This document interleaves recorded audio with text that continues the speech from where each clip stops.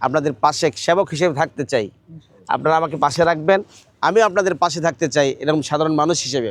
যেখানে রাসূল সাল্লাল্লাহু আলাইহি সাল্লাম সহ তার সাহাবীরা আবু বকর, উমর, ওসমান যারা খেলাফতের অধিষ্ঠিত ছিলেন, তারা সিরিয়ার বাজারে আটার দাম কত হবে মসজিদ নববীর মিম্বারে বসে নির্ধারণ করতেন। আর আমার সমাজের মধ্যে ইসলামের কথা মসজিদে আলোচনা হবে না, সমাজের সমস্যার কথা মসজিদে আলোচনা হবে না, আলোচনা হলে এক শ্রেণীর লোক আমরা মনে করি এখানে দুনিয়াবি কথা হচ্ছে। মুরব্বী জনেরা, যুবক ভাইরা, আসসালামু আলাইকুম রহমতুল্লাহ। আল্লাহ শুকরিয়া আদায় করছি। আমরা অনেক অনুষ্ঠানে যাই, অনেক প্রোগ্রামে যাই, সেই সকল প্রোগ্রাম থেকে অনুষ্ঠান থেকে আজকের এই প্রোগ্রামটা একটু ব্যতিক্রম না?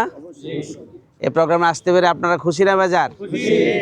যে রব্বুল আলামিন আসার সুযোগ করে দিয়েছেন এই মহৎ অনুষ্ঠানে, আল্লাহ রব্বুল আলামিনের দরবারে আমরা শুকরিয়া আদায় করছি, আলহামদুলিল্লাহ।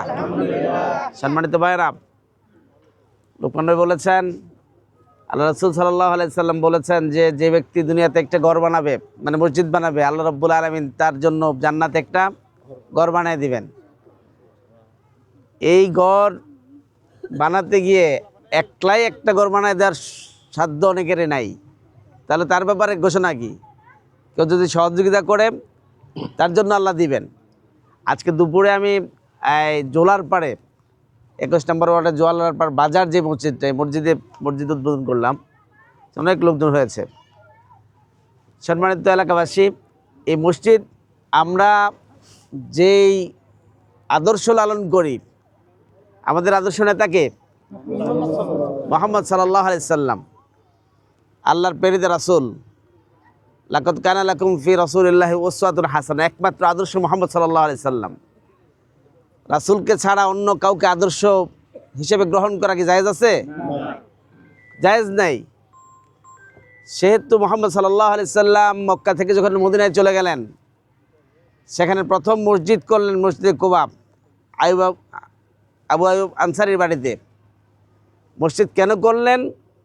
মসজিদ সমাজকে চালানোর জন্য, মসজিদ ভিত্তিক সমাজ করার জন্য রাসূল সাল্লাল্লাহু আলাইহি সাল্লাম মসজিদ প্রতিষ্ঠা করলেন।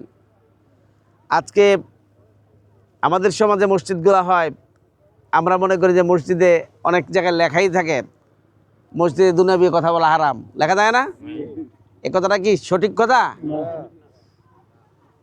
দুনিয়াবি মানে বাজে কথা কোথাও বলা যাবে না।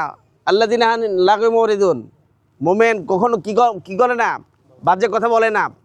বাজে কথা বলা বাইরেও আপনার জন্য জায়েজ নাই, নিষেধ। যেখানে রাসূল সাল্লাল্লাহু আলাইহি সাল্লাম সহ তার সাহাবীরা আবু বকর, উমর, ওসমান যারা খেলাফতের অধিষ্ঠিত ছিলেন, তারা সিরিয়ার বাজারে আটার দাম কত হবে মসজিদ নববীর মিম্বারে বসে নির্ধারণ করতেন। আর আমার সমাজের মধ্যে ইসলামের কথা মসজিদে আলোচনা হবে না, সমাজের সমস্যার কথা মসজিদে আলোচনা হবে না, আলোচনা হলে এক শ্রেণীর লোক আমরা মনে করি এখানে দুনিয়াবি কথা হচ্ছে। সমাজের কথা, সমাজ পরিচালনার কথা, সমাজের যে অসঙ্গতি দূর করার কথা আল্লাহ রাসূল শিখান নাই, বলেন নাই? বলেছেন। সম্মানিত উপস্থিতি, আজকে এই মসজিদ হয়েছে, আমরা মনে করি এই মসজিদের মধ্য দিয়ে এই এলাকায় দিনের যেই বিষয়গুলো আছে, যে বিধানগুলো আছে, সেই বিধানের আবাদ হবে মসজিদ থেকে ইনশাআল্লাহ। এই মসজিদে যারা দাতা আছেন, অনেক সময় হয় এরকম, দাতারা জমি দেওয়ার সময় মোতাল্লি নিজে হবে এই শর্তে মসজিদে জায়গা দান করেন। দানের ক্ষেত্রে যখন এটা করবে, তখন ওই দান আর দান হবে না, কারণ সেটা মোতাল্লিগিরি করার জন্য সে ওইভাবে দান করেছে। সভাপতি যিনি হন, মসজিদে সভাপতিগিরি করা যাবে না।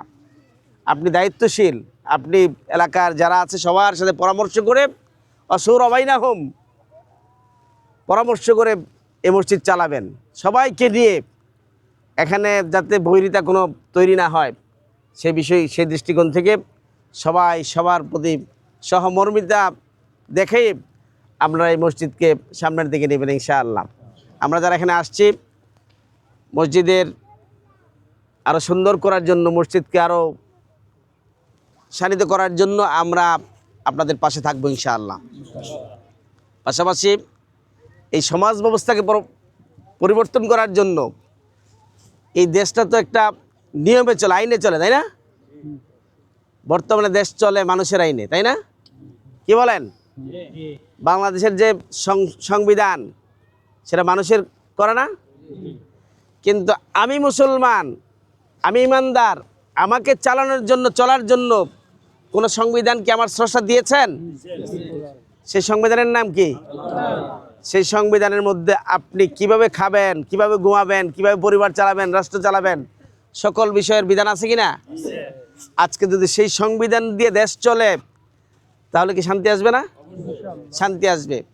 এর বাইরে একজন মুমিন, একজন ইমানদার অন্য কোনো আইন দিয়ে দেশ চলুক, এটা চাওয়া মানে কুফরি, এই চাওয়া মানে শিরক। ইমানদারদের আল্লাহ রাব্বুল আলামিন বলছেন ওয়া ইয়াকফির বিত্তাগুত ওয়া ইউমিন বিল্লাহ, আগে তাগুতকে অস্বীকার করো এরপর ঈমান আনো। সেহেতু সম্মানিত ইমানদার মুসলিম ভাইয়েরা, এখানে যারা উপস্থিত হয়েছেন, আমাদের সুযোগ এসছে আল কোরআন দিয়ে এই দেশকে শাসন করার একটা সুযোগ রব্বুল আলামিন করে দিয়েছেন। আপনারা কি চান না সবাই? সবাই চান? আমরা এবার চেষ্টা করছি। আলহামদুলিল্লাহ, পরিবেশ যা বলছে আগামীর বাংলাদেশ মসজিদ ভিত্তিক বাংলাদেশ। মসজিদে যিনি ইমাম হবেন, নেতা হবেন, উনি সমাজেরও নেতা হবেন ইনশাআল্লাহ। তখন থেকে আমাদের কপাল পুড়েছে, যখন মসজিদের ইমাম সাহেবকে বলছে আপনি মসজিদ নিয়ে থাকেন, আমরা সমাজের নেতাগিরি করি, তখন থেকে আমাদের কপাল পড়া শুরু হয়েছে। সেহেতু সম্মানিত উপস্থিতি, আমরা আগামীর বাংলাদেশকে আল কোরআনের আলোকে ঢেলে সাজানোর জন্য আগামীতে আপনাদের সমর্থন চাই, সহযোগিতা চাই। করবেন তো ইনশাআল্লাহ? আমি কথা দিচ্ছি, আমার পরিচয় হয়েছে যে আপনারা এই আসনে আমি নমিনি, আপনাদের পাশে সেবক হিসেবে থাকতে চাই। আপনারা আমাকে পাশে রাখবেন, আমিও আপনাদের পাশে থাকতে চাই এরকম সাধারণ মানুষ হিসেবে। আল্লাহ রাব্বুল আলামিন এই আব্দুল হাই মসজিদকে কবুল করুক। এই মসজিদের মধ্য দিয়ে এই এলাকায় যাতে দিনের আবাদ হয়, সেই হিসেবে এই মসজিদকে কবুল করার জন্য আল্লাহর কাছে সাহায্য কামনা করে, আপনারা যারা আমাদেরকে দাওয়াত করেছেন তাদেরকে ধন্যবাদ জানিয়ে আবারও আশ্বস্ত করছি, আমাদের অবস্থান থেকে এই মসজিদের জন্য আমরা চেষ্টা করব এই মসজিদ যাতে খুব দ্রুত সময়ে ভালো একটা পরিবেশে আমরা নিয়ে আসতে পারি। আল্লাহর কাছে সেই তৌফিক কামনা করে সবাইকে ধন্যবাদ জানিয়ে কথা শেষ করছি। আসসালামু আলাইকুম ওয়া রাহমাতুল্লাহ।